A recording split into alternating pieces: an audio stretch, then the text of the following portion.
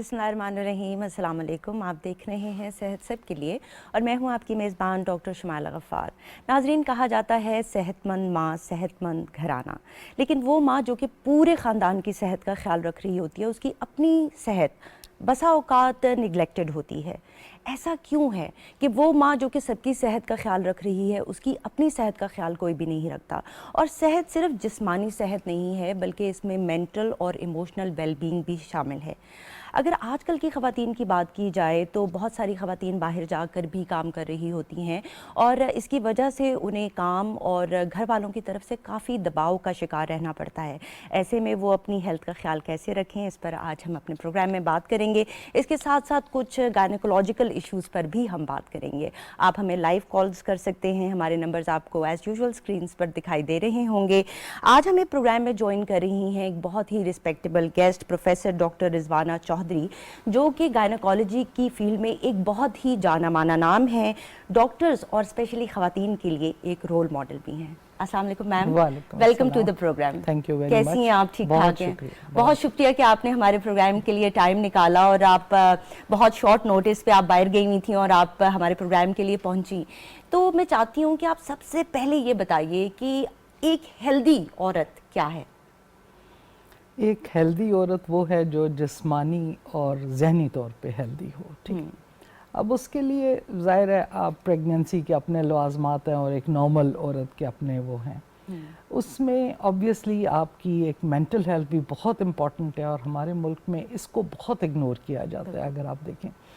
और जिस्मानी सेहत तो है ही ज़रूरी। हमारे मुल्क का अलमिया ये है कि हमारी इवन वो लोग जो बेहतर खा पी भी सकते हैं उनमें भी अनीमिया बहुत कॉमन है, ठीक है। तकरीबन 45 से 50% औरतें हमारी एनीमिक हैं। एनीमिक मींस के उनमें खून की कमी है, HB उनका कम है। तो ये एक बहुत बड़ी, फिर दूसरी एक और चीज़ जो बहुत कॉमनली हम ऑब्ज़र्व करते हैं वो विटामिन D की डेफिशिएंसी है। वो भी हमारे मुल्क में बहुत ज़्यादा है। ऑल्दो हमारे मुल्क में सूरज भी बहुत ज़्यादा है और ये विटामिन D स्किन में बनता है, लेकिन उसके बावजूद हमारी औरतों में इसकी कमी बहुत ज़्यादा है।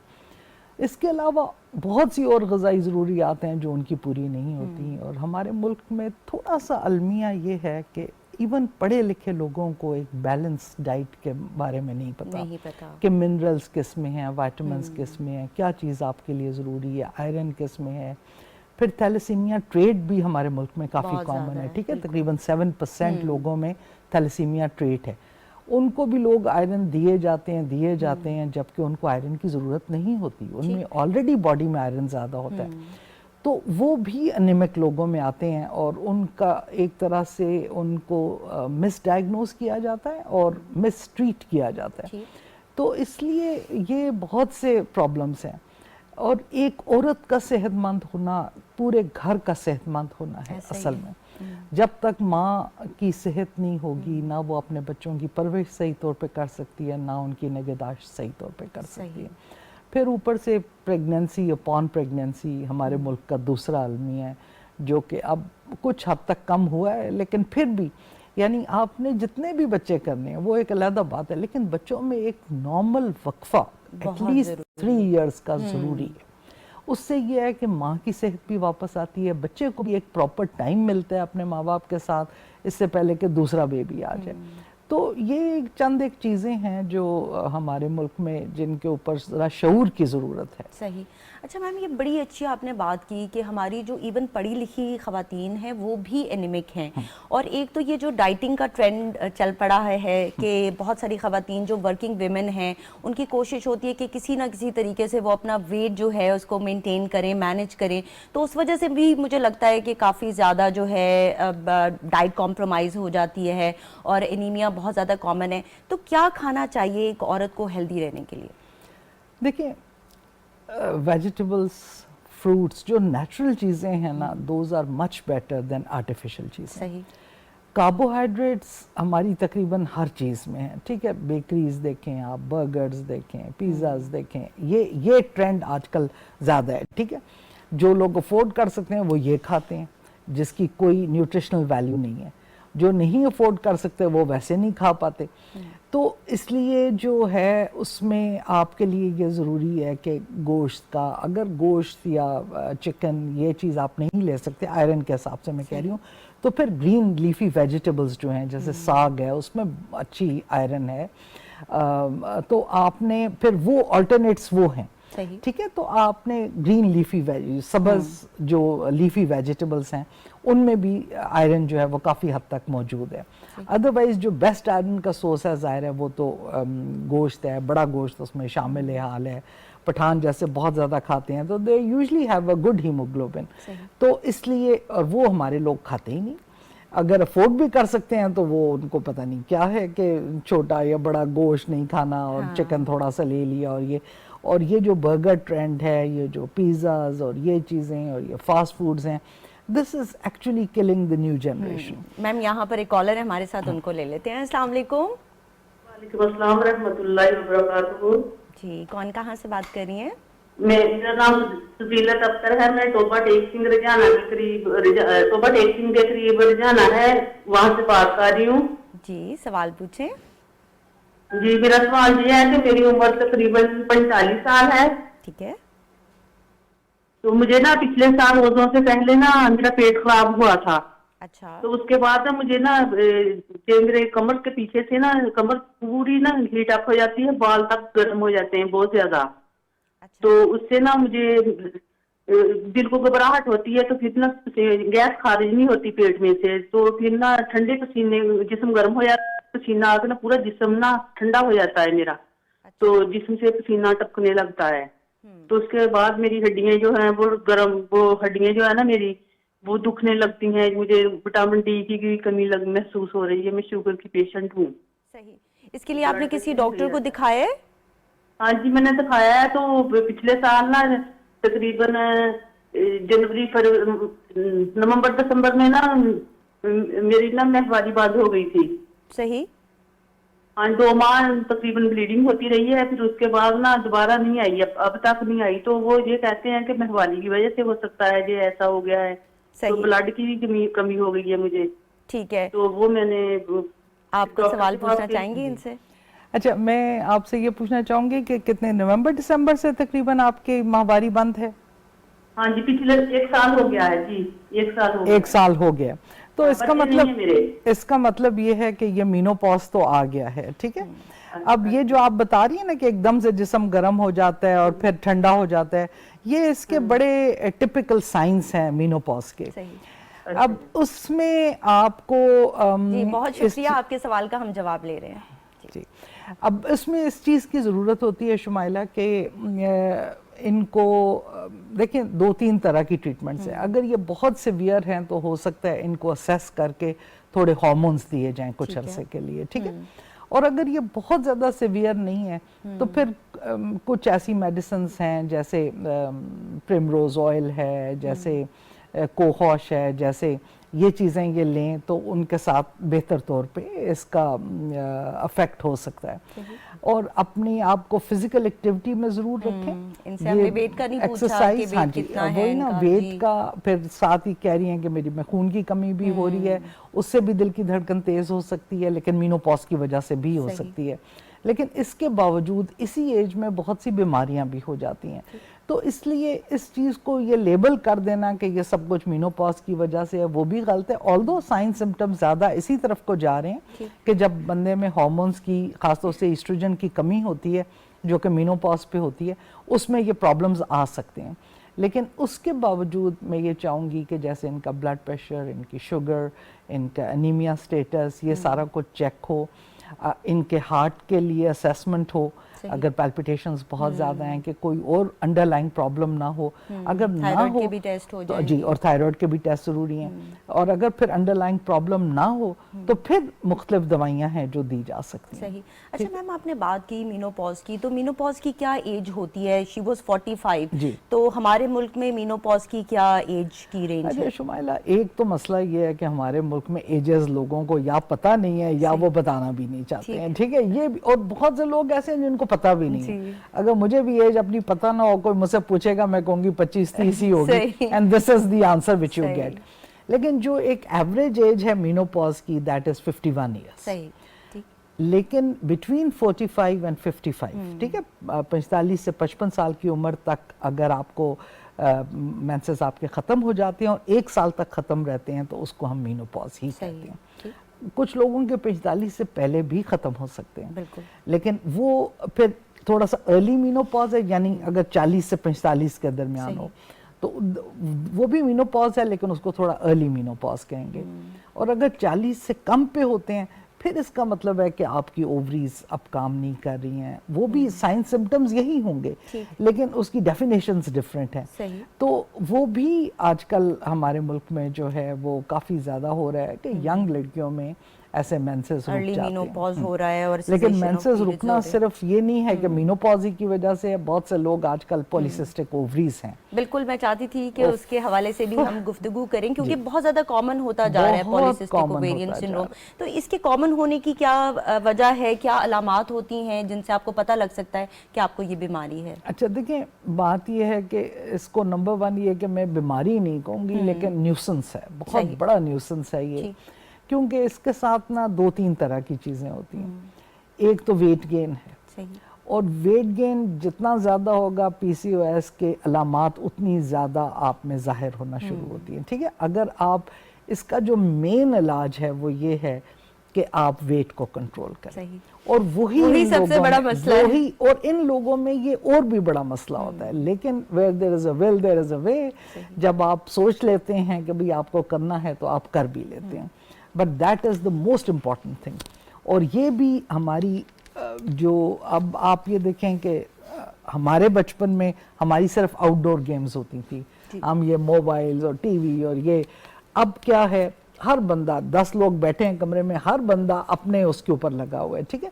दैट मीन्स कि हमारी सेडेंट्री लाइफ हो गई है, हमने चलना फिरना, वॉक करना, एक्सरसाइज करना वो ख़त्म कर दिया, और ऊपर से खाना पीने में बिल्कुल आपने इस तरह की चीज़ें शामिल कर ली हैं कि जो बहुत ही अनहेल्दी हैं, बहुत अनहेल्दी, बहुत अनहेल्दी, और विद नो एक्सरसाइज। सही। अच्छा, फिर ये इसमें पॉलीसिस्टिक ओवरीज जो हैं ये बेसिकली तो जेनेटिकली ट्रांसमिट होती हैं, लेकिन जब आपका वेट गेन होता है तो ये एकदम से फ्लेयर अप हो जाती हैं, और जब फ्लेयर अप होती हैं तो इसकी 2-3 कॉमन अलामात जो हैं वो यही हैं कि मेंसेस की इरेगुलरिटी, जिसमें कभी 2 महीने नहीं आए, कभी 6 महीने नहीं आए, कभी 1 साल तक नहीं आए, फिर कभी खुद से आ गए, कभी दवाइयाँ लेके आए। जब ये होगा तो इसका मतलब ये है कि आपके एग्स नहीं बन रहे, ठीक है। तो अगली चीज़ इसमें क्या होती है, इनफर्टिलिटी भी आ जाती है। यहाँ पर एक और कॉलर है, उनको ले लेते हैं। अस्सलाम वालेकुम। अस्सलाम वालेकुम जी। वालेकुम अस्सलाम। हाँ जी, मैं इस्लामाबाद से बात कर रही हूँ। जी, पारस इमरान मेरा नाम है। मुझे डॉक्टर साहब से सवाल करना था। जी पूछिए। जी, अभी डॉक्टर साहब ने जैसे बताया कि जो मेनोपॉज की जो डेट है वो तकरीबन जो पीरियड है वो 51 तक है, मगर आपके जो सिम्टम्स हैं वो तो आपको अब 45 के बाद शुरू हो जाते हैं। तो मेरे साथ ये कैसे कि मुझे 9 दिसंबर को लास्ट पीरियड्स आए थे, उसके बाद अभी रमजानों में आए, अप्रोक्सीमेट 3-3.5 महीने के बाद आए। तो this is called pre menopause. तो इसमें फिर आप मतलब क्या डाइट वगैरह का करें, क्योंकि मैंने भी शुरू में थोड़े टेस्ट वगैरह करे, क्योंकि हेवी फ्लो के साथ थे ना दिसंबर में, जैसा इट वाज लाइक 9 दिसंबर 2022। तो अब ये बीच में 3-4 महीने गुजर गए, थोड़ा जैसे टांगों में दर्द, थोड़ी सुस्ती, थोड़ा ऐसा बंदा एनेमिक हो रहा था। तो डॉक्टर साहब क्या सजेस्ट करेंगे कि इसको इसी तरह से चलने दें, जैसे 3 महीने के बाद आए या 6 महीने के बाद आए? काइंडली प्लीज बता दीजिएगा। ठीक है, तो आप ये बताइएगा कि कोई और साइंस एंड सिम्टम्स भी हैं, जिस तरह के हॉट फ्लशेस, दिल घबराना, पसीने वगैरह आना? ऐसा कुछ नहीं था, बस सुस्ती थी। तो मैंने फिर यहाँ डॉक्टर्स को दिखाया था, तो उन्होंने फिर मेरे सारे थोड़े ब्लड के टेस्ट वगैरह, थायराइड वगैरह करवाया था। ठीक है, तो टेस्ट ठीक आए थे आपके? जी बिल्कुल परफेक्टली सही आए थे। 1-2 और उन्होंने टेस्ट भी करवाए थे। हार्मोनल प्रोफाइल करवाया था उन्होंने, FSH LH वगैरह? जी सारे करवाए थे, एवरीथिंग वाज नॉर्मल। उन्होंने कहा इस तरह से छोड़ दें, मगर ये कि थोड़ी डिस्टर्बेंस हो रही थी कि मतलब जैसे मैं नमाज नहीं पढ़ पा रही थी, तो फिर टीचर से भी बात की थी, तो वो उन्होंने कहा कि 2-2 नमाजें जमा करके पढ़े ना। सही, ठीक है। तो आप पूछ रही हैं कि इस दौरान क्या खाना चाहिए, क्या कर सकती हैं आपके नहीं, मतलब इसको इसी तरह से चलने दें कंटिन्यू के 3 महीने के बाद आ रहे हैं, 6 महीने के बाद, क्योंकि माय एज इज अराउंड 48। तो इसी तरह ये साल इस तरह से तंग करते रहेंगे, या इसको कंटिन्यू करें या दवाइयों के साथ बंद करें, क्योंकि मैंने कोई मेडिसिन इस सेंस में नहीं दी। ठीक है, बहुत शुक्रिया आपके कॉल का। आपके सवाल का जवाब लेते हैं। जी मैम। ओके, देखिए ये भी एक बड़ा इम्पोर्टेंट और अच्छा सवाल है। बहुत अच्छा सवाल है इनका कि बहुत कम लोग ऐसे होते हैं कि जिनके नॉर्मल चलते चलते एकदम से पीरियड्स बंद हो जाते हैं। यूजुअली यही होता है कि जो आखिरी साल होता है उसमें इरेगुलर हो जाते हैं। लेकिन हैविंग सेड दैट, बहुत इम्पॉर्टेंट ये भी बात है कि अगर इस तरह से इरेगुलर हो रहे हैं कि हर 10 दिन बाद आ रहे हैं, कोई उसका पैटर्न नहीं रहा, कभी हफ्ते बाद आ रहे हैं, कभी 10 दिन के बाद आ रहे हैं, उसको इन्वेस्टिगेट होना इस एज में ज़रूरी है। अच्छा, ठीक है, after 45 years it is extremely important कि आप यूट्रस के अंदर की लाइनिंग की बायोप्सी लें, आप सर्विक्स को देखें, आप ये देखें कि कोई प्रॉब्लम ऐसी तो नहीं है जो इनके लिए बाद में चल के प्रॉब्लम बन सकती है। सो ये मैं उन लोगों के लिए बात कर रही हूँ जिनके इस तरह से इरेगुलर होते हैं कि जल्दी जल्दी आ रहे हैं, या बहुत हैवी हो गए हैं, बहुत ज़्यादा पैटर्न चेंज हो गया, जिनकी इस तरह की साइकिल है।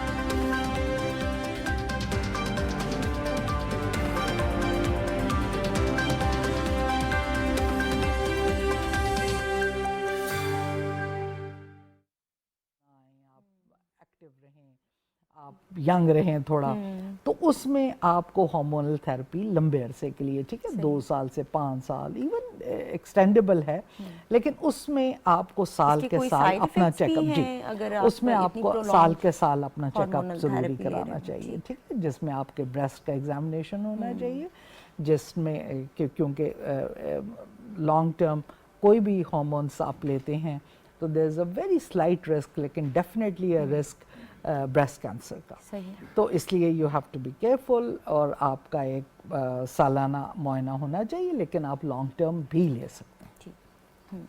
यानी कि आपने कहा कि अगर हार्मोनल थेरेपी ले रहे हैं तो साथ साथ अपने टेस्ट वगैरह भी करवाते रहें, अपने डॉक्टर को दिखाते रहें। और हमने बात की कैंसर्स की, तो थोड़ा सा बताइएगा कि मेनोपॉज के बाद कौन कौन से कैंसर्स हैं जिन पर नज़र रखने की ज़रूरत है, जिस तरह कि ओवेरियन कैंसर है या यूट्राइन कैंसर है? अच्छा, देखिए, 2 कैंसर्स जो हैं वो लाइफ में किसी भी स्टेज पे हो सकते हैं, ठीक है, एक ब्रेस्ट कैंसर और एक ओवेरियन कैंसर, बहुत यंग लोगों में भी और बहुत ओल्ड लोगों में भी, तो इसकी कोई एज वो नहीं है। बाकियों की भी एज तो ऐसे नहीं होती है, लेकिन फिर भी ज़्यादातर कब होते हैं, सर्वाइकल कैंसर जो है सर्विक्स का, ये बच्चेदानी के मुंह का कैंसर होता है, and this is also quite common. और ये कैंसर जो है ये होता है तकरीबन, ये एक प्री मलिग्नेंट स्टेट में होता है पहले, यानी अभी मलिग्नेंसी नहीं हुई होती, लेकिन वो पता किया जा सकता है पैप स्मीयर के ज़रिए। अगर उस वक्त आप ट्रीट कर दें तो फिर ये कैंसर में नहीं जाता, वरना ये प्री मलिग्नेंट स्टेट जो है ये तकरीबन 10 से 15 साल लेती है और ये कैंसर बन जाता है। सो इसकी एवरेज एज जो है वो 45 से शुरू होती है, 65 तक जा सकती है, कुछ लोगों को उसके बाद भी हो जाता है, लेकिन रेयर है। आमतौर पे ये एज ग्रुप है। जो बच्चेदानी के अंदर का कैंसर है, जिसको एंडोमेट्रियल कैंसर बोलते हैं, वो आमतौर पे मेनोपॉज के बाद होता है। उसी को डिटेक्ट करने के लिए, जैसे मैंने बताया कि अगर इर्रेगुलर मेंसेस बहुत ज़्यादा शुरू हो गए हैं, मेनोपॉज, बहुत से लोग ये समझते हैं कि जी ये तो होगा क्योंकि मेनोपॉज है, ये नहीं होगा। प्लीज़ रिमेंबर दिस, मेनोपॉज अगर हो नॉर्मल तो उसमें मेंसेस नहीं होते, 2 महीने नहीं हुए, 3 महीने नहीं हुए, और जब हुए नॉर्मल से हुए। ये नहीं है कि हुए तो होते चले गए, ये नहीं है कि हर 10 दिन के बाद हो गए। अगर वो हो रहा है तो उसको नॉर्मल मत समझिए मेनोपॉज का एक एलिमेंट, ऑल्दो नॉर्मल हो सकता है, लेकिन उसको इन्वेस्टिगेट होना जरूरी, बहुत ज़रूरी है कि आप अपने डॉक्टर से चेक करवा लें, क्योंकि यही एज है जिसमें एंडोमेट्रियल और सर्वाइकल कैंसर कैन अकर। अच्छा मैम, आपने बात की पैप स्मीयर की, जो कि बहुत ज़्यादा कॉमन है वेस्टर्न कंट्रीज़ में, तो क्या पाकिस्तान में भी ये फैसिलिटी अवेलेबल है अगर कोई पैप स्मीयर करवाना चाहता है, और क्या ये हुकूमत की तरफ से फ्री है या इसके लिए पे करना पड़ता है? अच्छा, देखें, फ्री नहीं है। सही। ऑल्दो गवर्नमेंट हॉस्पिटल्स में अगर किया जाए तो फ्री ही होता है, लेकिन इसका पैप स्मीयर का एक प्रोग्राम है, ठीक है। आपको वंस यू आर मैरिड, उसके बाद से लेके तो 65 ईयर्स की एज तक हर 3 साल के बाद होना चाहिए, और 65 तक अगर वो नॉर्मल चल रहा है तो फिर हर 5 साल के बाद या छोड़ा भी जा सकता है। सो पैप स्मीयर एक छोटा सा टेस्ट है जो बच्चेदानी के मुंह से लेके स्मीयर, तो वो टेस्ट किया जाता है। और उसमें अगर कोई एबनॉर्मेलिटी आए तो उसको उसी वक्त उसकी बायोप्सी होके उसकी ट्रीटमेंट हो जानी चाहिए, तो वो प्रिवेंट करता है सर्वाइकल कैंसर। लेकिन हमारे मुल्क में इसका कोई ऑर्गेनाइज्ड प्रोग्राम नहीं है। ये डिपेंड करता है कुछ पेशेंट्स के ऊपर और कुछ डॉक्टर्स के ऊपर। लेकिन डॉक्टर्स अगर एक दफ़ा ले भी लेते हैं पैप स्मीयर तो उसका कोई इतना ख़ास फ़ायदा नहीं है, ठीक है। It has to be in a program. तो वो अभी तक हमारे मुल्क में ऐसे नहीं है कि मैं ये कहूँ कि ये बड़े ऑर्गेनाइज तरीके से चल रहा है या नो। किसी का होता भी है तो once in a blue moon हो जाएगा, उसका इतना कोई ख़ास फ़ायदा नहीं। उस वक्त तो हो सकता है, लेकिन जब तक इसको आप एक रेगुलर प्रोग्राम के तहत ना करें उसका। इसी तरह मैम इसकी एक वैक्सीनेशन भी है गार्डासिल के नाम से, तो क्या वो भी पाकिस्तान में अवेलेबल है या नहीं है अवेलेबल? जी, वो पाकिस्तान में अवेलेबल है। ठीक। आजकल उसमें थोड़ी सी शॉर्टेज आ रही थी, ठीक है, क्योंकि लोग इतना लगवा भी नहीं रहे, तो शायद इस वजह से वो। लेकिन ये जो वैक्सीन है ये उस वायरस के अगेंस्ट है जिस वायरस की वजह से ये कैंसर हो जाता है। सो ये हम तो बिल्कुल रिकमेंड करते हैं कि ये लोगों को लगवा लेनी चाहिए, और ये अर्लियर एज में लगवानी चाहिए, यानी बिफोर मैरिज लगवा लेना चाहिए। This should be around about 12 to 16 years of age में इसके 3 शॉट्स हैं जो कि लगवा लेना। अच्छा, उसके बाद इसकी ज़रूरत नहीं पड़ती, एक दफ़ा आपने लगवा लिया तो you are protected against this kind of cancer. सही। अच्छा मैम, आपने बात की यूट्राइन कैंसर की कि उसमें ब्लीडिंग आना शुरू हो जाती है, तो जिस तरह के हर कैंसर में कुछ वेट लॉस भी होता है, तो क्या ब्लीडिंग के साथ साथ वेट लॉस भी हो रहा होता है? किस तरह से एक खातून को पता चलेगा कि खुदा न खास्ता वो कैंसर की तरफ जा रही है? देखिए, एंडोमेट्रियल कैंसर की सबसे बड़ी खूबसूरती ये है कि वो बहुत जल्दी डिटेक्ट हो सकता है अगर मरीज़ जल्दी आ जाए, ठीक है। अगर आपको हर रोज़ ब्लीडिंग चल रही है, आपको महीना पूरा रह रही है, फिर आपको हैवी ब्लीडिंग हो रही है या कम हो रही है लेकिन हो रही है, बंद नहीं हो रही, या फिर रुकी 2 दिन फिर दोबारा से शुरू होगी, तो दिस इज़ द टाइम कि जिसमें आपको अपने डॉक्टर से रुजू कर लेना चाहिए, ठीक है। फिर वो देखा जाता है, फिर एज के हिसाब से उसको मैनेज किया जाता है। अगर एज लेस दैन 45 है तो आपको आमतौर पे हार्मोन्स दिए जाते हैं। अगर उससे आप ठीक हो जाएं तो ठीक है, नहीं ठीक हो तो देन ऑल्सो उसको बायोप्सी की ज़रूरत है। और अगर आप 45 से अबव हैं तो you must have a biopsy first और फिर मेडिकेशन, ठीक है। तो उसमें आपको मुख्तलिफ चीज़ें देखनी पड़ती हैं, लेकिन फॉर्चुनेटली उसमें पेशेंट जल्दी आ जाता है, क्योंकि ज़ाहिर है इट्स अ बिग न्यूसेंस कि आपको रोज़, तो इसलिए उसमें वेट लॉस अभी इतना नहीं स्टार्ट होता, वो तो एडवांस स्टेजेस में होता है। वेट लॉस ज़्यादा ओवेरियन में है, और ओवेरियन के आमतौर पे कोई सिम्टम्स नहीं होते ओवरीज के कैंसर के। उसमें हो सकता है वेट लॉस पहला सिम्टम हो जिसके बाद आप आएँ, इसलिए कि ओवरीज के कोई मेंसेस के ऊपर कोई प्रॉब्लम नहीं होता, जिसकी वजह से आम तौर पे ओवेरियन कैंसर स्टेज 3 या स्टेज 4 में पता चलता है, या बाय चांस आपका वैसे अल्ट्रासाउंड हुआ और पता चला कि जी वहाँ पे एक ओवरी में कोई प्रॉब्लम है और फिर वो बायोप्सी हुई, तो उस तरह से। लेकिन अदरवाइज सिम्टम्स के हिसाब से अगर पेशेंट आएगा तो वो यूजुअली 3rd या 4th स्टेज में आता है। Endometrial cancer usually 1st stage में डिटेक्ट हो सकता है अगर पेशेंट जो है वो फौरन से डॉक्टर के पास चला जाए। अच्छा मैम, बहुत सारे पेशेंट्स ये भी कंप्लेन करते हुए नज़र आते हैं कि जब मीनोपॉज हो जाता है तो काफ़ी इरिटेबिलिटी उनको होती है, और जब वो अपने पार्टनर से ये शेयर करते हैं तो यूजुअली समझा जाता है कि ये अटेंशन सीकिंग बिहेवियर है। तो इस मुतालिक आप क्या कहेंगी, किस तरह से पार्टनर को सपोर्ट करना चाहिए अपनी वाइफ को? देखें, वो स्टेज लाइफ की शायद ऐसी होती है कि जिसमें और भी बहुत से मसाइल होते हैं, ठीक है। आपके बच्चे घर छोड़ के जा रहे होते हैं, बहुत से बच्चे, आजकल तो एक बड़ा ट्रेंड है कि सारे बच्चे बाहर चले गए और बस मियाँ बीवी रह गए, और हस्बैंड भी उस टाइम पे शायद इतने सपोर्टिव नहीं होते, शायद उनको भी सपोर्ट की ज़रूरत होती है, लेकिन दोनों ही मियाँ बीवी। तो आई थिंक कि इसमें एक फैमिली की इंक्लूजन बहुत ज़रूरी है, फैमिली सेटअप बहुत ज़रूरी है, बच्चों की सपोर्ट, हस्बैंड की सपोर्ट इज़ एब्सोल्युटली नेसेसरी। तो उसके लिए आप क्या करें, यानी आई डोंट नो, लेकिन ये बात समझने की ज़रूरत है स्पेशली हस्बैंड्स को कि इस चीज़ को नॉर्मली लें। इसको बहुत कुछ कहा जाता है मीनोपॉज को कि इची बिची ग्रिची, ठीक है, और कि हर तरह की आपको ना प्रॉब्लम्स आ रही होती हैं, आपको गुस्सा चढ़ रहा होता है, आपको प्रॉब्लम्स आ रही होती हैं, but you have to deal with it, ठीक। तो आपको कई दफ़ा एंटी डिप्रेसेंट्स की भी ज़रूरत पड़ जाती है, और एंटी डिप्रेसेंट्स जो हैं वो इस स्टेज पे आपका हार्ट बीट को भी बेहतर कर सकती हैं, आपके हॉट फ्लैशेस को भी बेहतर कर सकती हैं। अगर आप यानी हार्मोन्स नहीं ले सकते तो वो भी आपके लिए एक अल्टरनेट ट्रीटमेंट है। तो लेकिन फैमिली सपोर्ट इसमें बहुत ज़रूरी है। फैमिली सपोर्ट बहुत ज़्यादा ज़रूरी है। कोशिश करें कि आप एक्टिव रखें अपने आप को, एक्टिव हेल्दी रखें, खुद भी ईटिंग करें, फिर कुछ इस तरह के ग्रुप्स ज्वाइन कर लें जहाँ पर आप ख़वातीन बैठ के थोड़ा सा वेंट आउट कर सकती हैं। थोड़ा वॉकिंग ग्रुप्स भी हैं, सपोर्ट ग्रुप्स भी काफ़ी होते हैं, तो उनको ज्वाइन करके you can share what you are going through. और डेफिनेटली जब आप अपने पार्टनर से शेयर करेंगे तो वो भी एक इंसान है, ज़िंदगी की डिफरेंट स्टेजेस हैं और इनमें से गुजरना एक नेचुरल जो है वो अमर है, तो हम सब इसमें से गुजरते हैं। The main thing is support is very important. अच्छा मैम, एक और जो सवाल बहुत खवातीन करती हुई नजर आती हैं, it is about epidural injection, लेकिन यहाँ पर एक कॉलर है, उनकी कॉल ले लेते हैं पहले। अस्सलाम वालेकुम जी, कॉल ड्रॉप हो गई।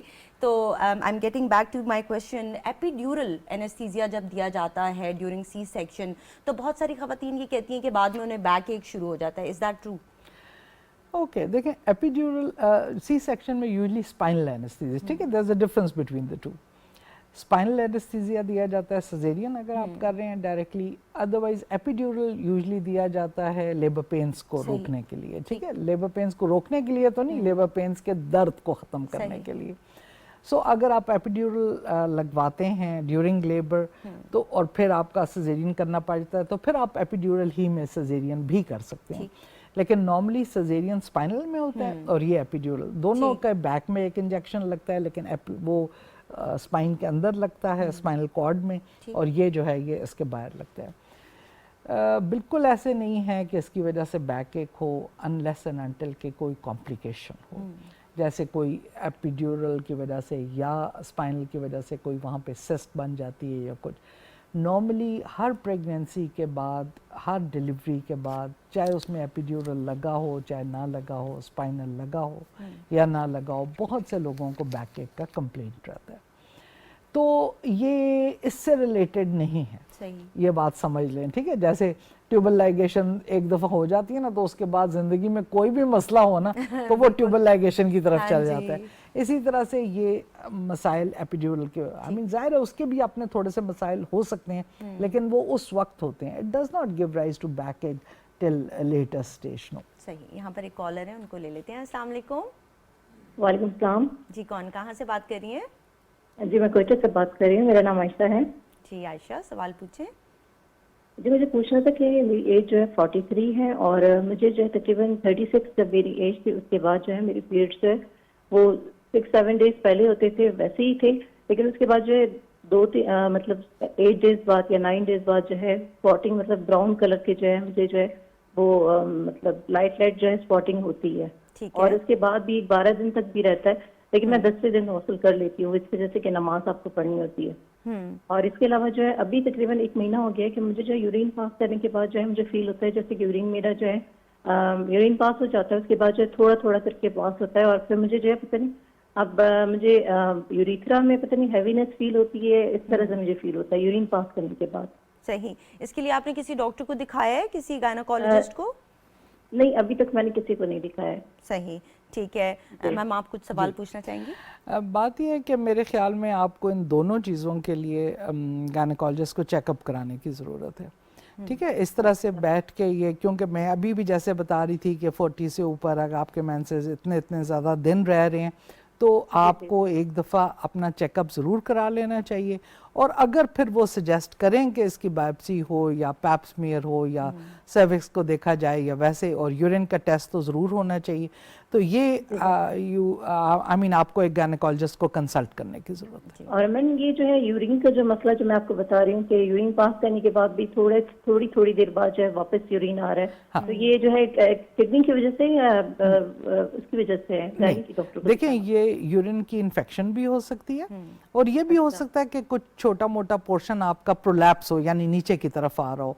इसीलिए कह रही हूँ कि इसका एक मुआयना ज़रूरी है और फिर ही आपको सजेस्ट किया जा सकता है, लेकिन यूरिन एग्जामिनेशन करा लें। जी, मेरे 3 बच्चे हुए हैं, लेकिन वो तीनों जो है वो सीजर से हुए हैं, तो उसमें भी प्रोलैप्स हो सकता है?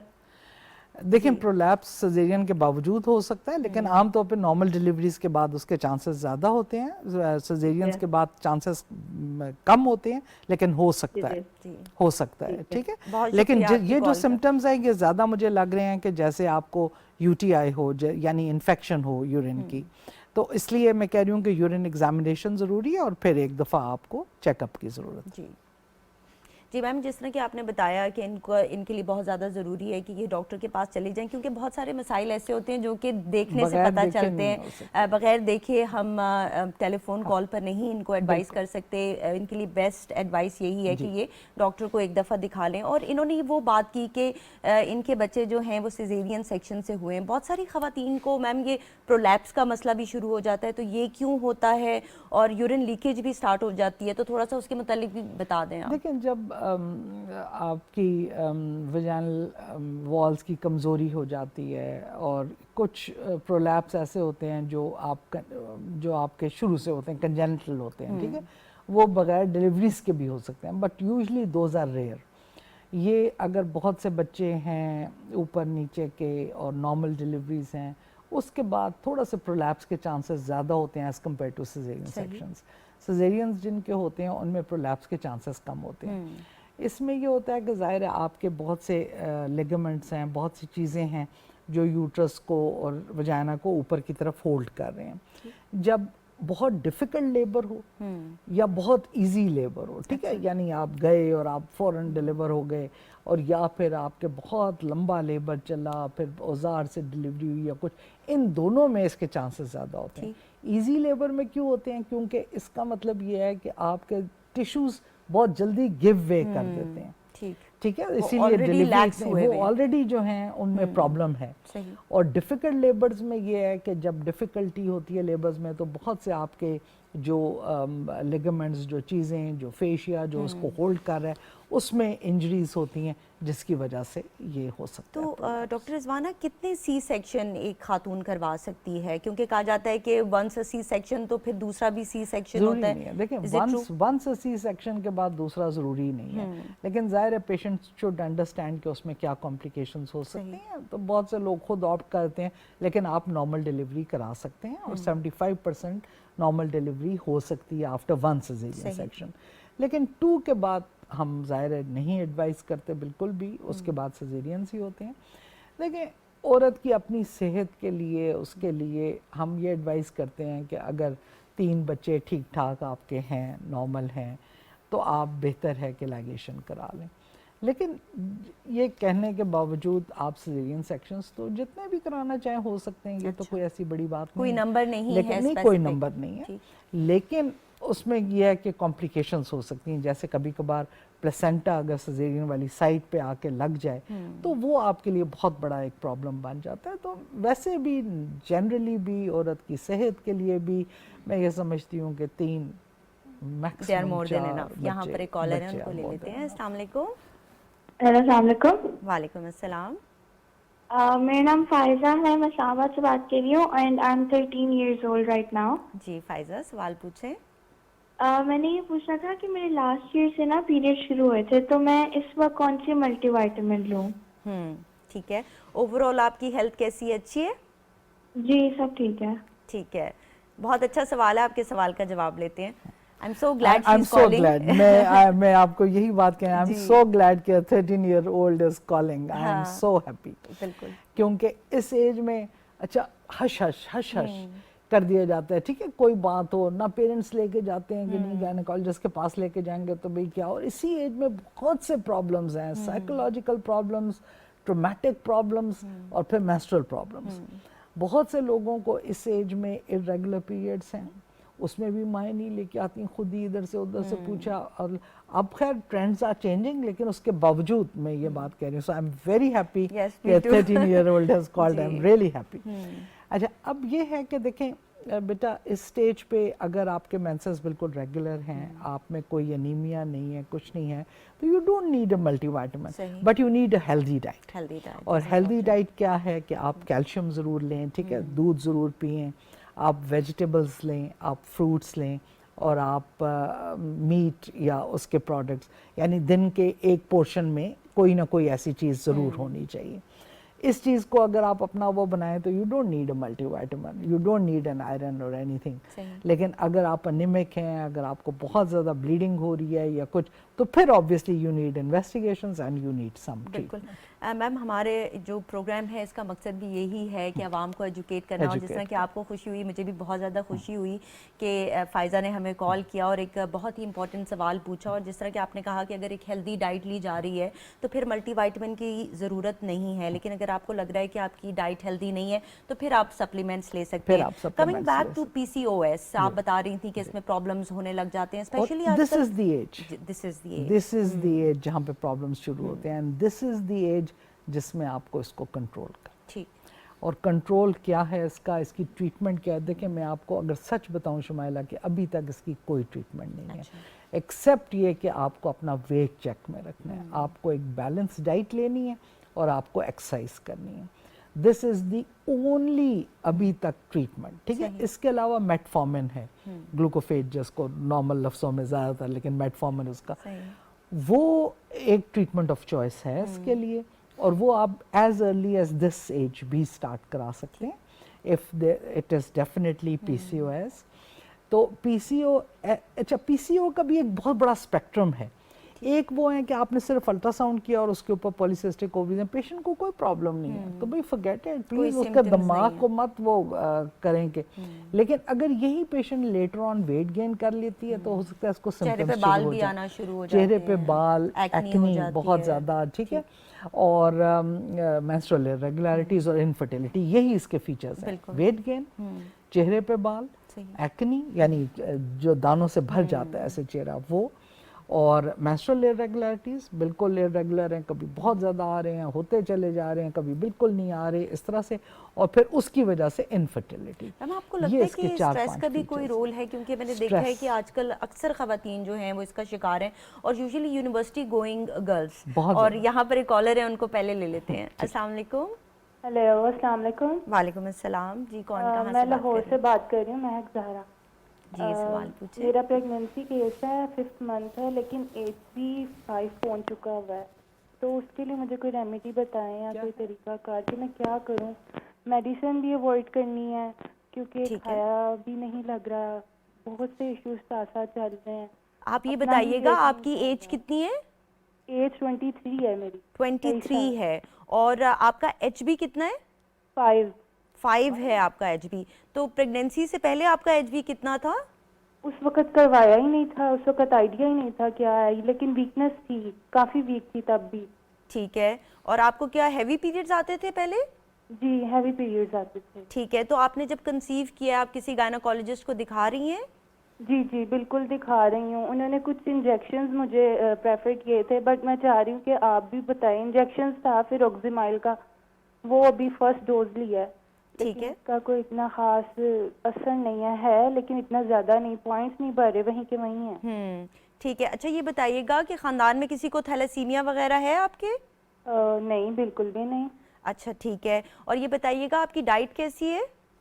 डाइट तो आजकल बहुत अच्छी की हुई है, साथ साथ ज़्यादातर जूसेस का इस्तेमाल करेंगे, और क्या कहते हैं, कीमा और कलेजी, इस तरह की चीज़ें, ये भी पिछले वीक से ही स्टार्ट की हैं, इस तरह की। सही। और बेबी का अल्ट्रासाउंड वगैरह जब करवाया तो बेबी नॉर्मल है, सब कुछ ठीक है? अल्लाह का, वो बेहतर है, बेबी बिल्कुल ठीक है, बस खून नहीं बन रहा। खून का कहते हैं कि स्टोर हो नहीं रहा, जितना बनता है वो उसी वक्त कंज्यूम हो जाता है। ठीक है, चलें, बहुत अच्छा सवाल है, आपके सवाल का जवाब लेते हैं। बहुत शुक्रिया कॉल करने का।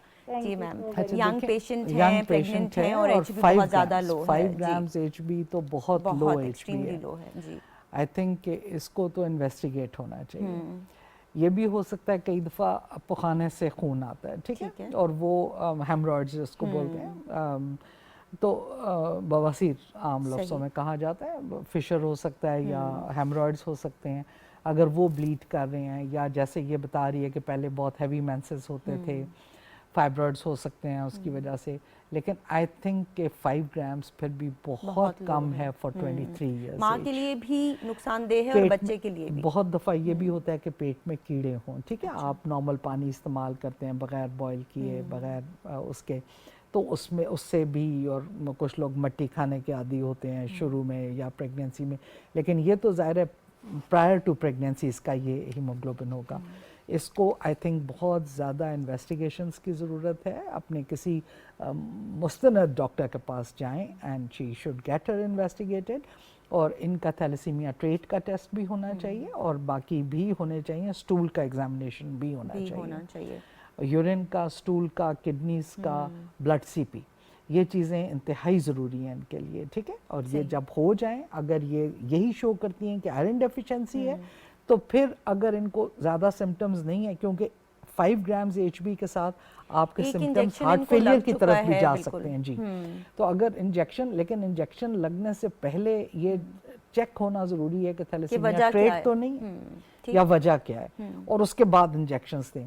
इंजेक्शंस जब आप देते हैं तो उसका इफेक्ट 2 से 3 वीक्स के बाद आना शुरू होता है, ठीक है। तो एकदम नहीं होता कि आज आपने इंजेक्शन लगाया कल आपका, तो 1 मंथ के बाद आपको HB रिपीट करने की ज़रूरत है उसके।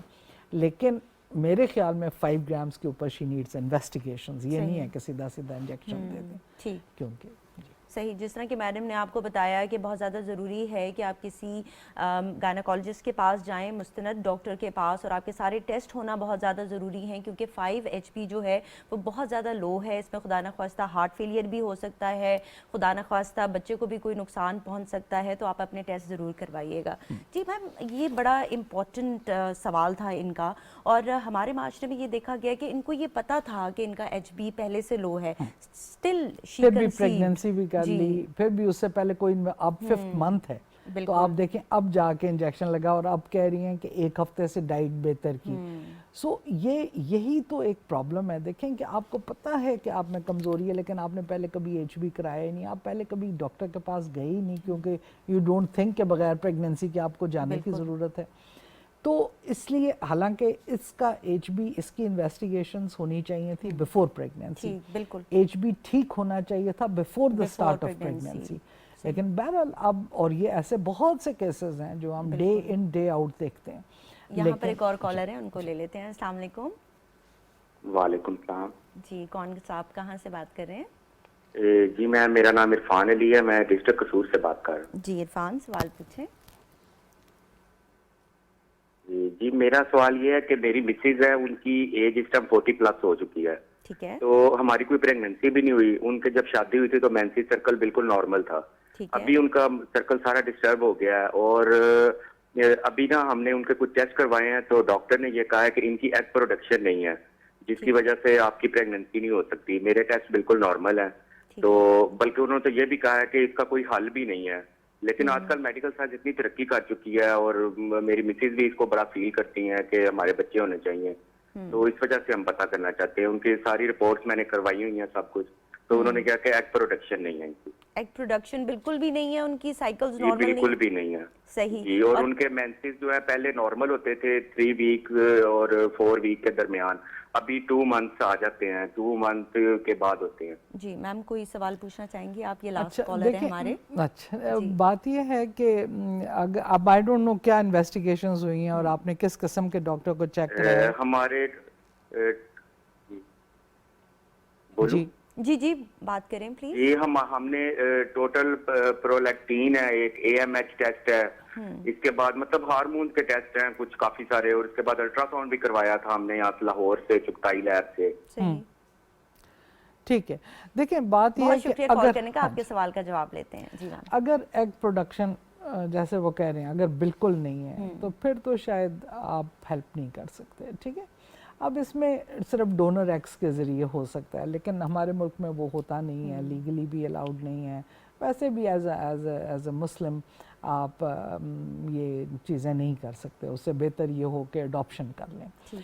तो लेकिन अगर एग्स वाकई बिल्कुल नहीं हैं, इसके बावजूद कि AMH लो हो, काफ़ी FSH ज़्यादा हो जाए और AMH लो हो जाए, उसमें ये होता है कि भाई एग्स आपके नहीं बन रहे या आपकी ओवरीज काम नहीं कर रही, फिर भी मेरे ख्याल में इनको किसी प्रॉपर इनफर्टिलिटी सेंटर में जाके एक दफ़ा फाइनल ओपिनियन ले लेना चाहिए, और फिर भी अगर नहीं है कुछ तो फिर अपना वक्त और पैसा बर्बाद ना करें तो बेहतर है, ठीक है, क्योंकि उसमें फिर कुछ नहीं हो सकता।